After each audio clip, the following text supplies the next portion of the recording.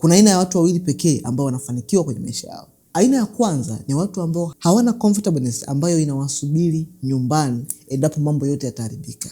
Wenyewe kufeli sio option kwao. So wanafanya kila wawezalo kuweza kupata wanachokitaka. Aina ya pili ni watu ambao wamejiwekea standard za hali ya juu sana kwenye maisha yao, lakini ufahamu wao umejiwekea kwamba kuwa kituko ni jambo ambalo halikubaliki kwenye maisha yao. Hata kama comfort ikijaribu kumwambia like yo uko na kila kitu, just chill, they don't. Yani hawezi kuwa mediocre, kuwa mtu wa hovyo, hawezi kabisa. Haya makundi mawili ya watu kwa nje yanaonekana kama ni makundi mawili tofauti kabisa, lakini wanashare hali hile ya kukataa kuseto kuwa mediocre. Hawawezi kukubali kuweza kuachia maisha yao na kutelekeza maisha yao kwa sababu tu ya hali wanazopitia au comfort wanaopitia kwenye maisha yao. Wameondoa option yoyote ambayo sio the best of themselves, na hiyo ndo siri pekee.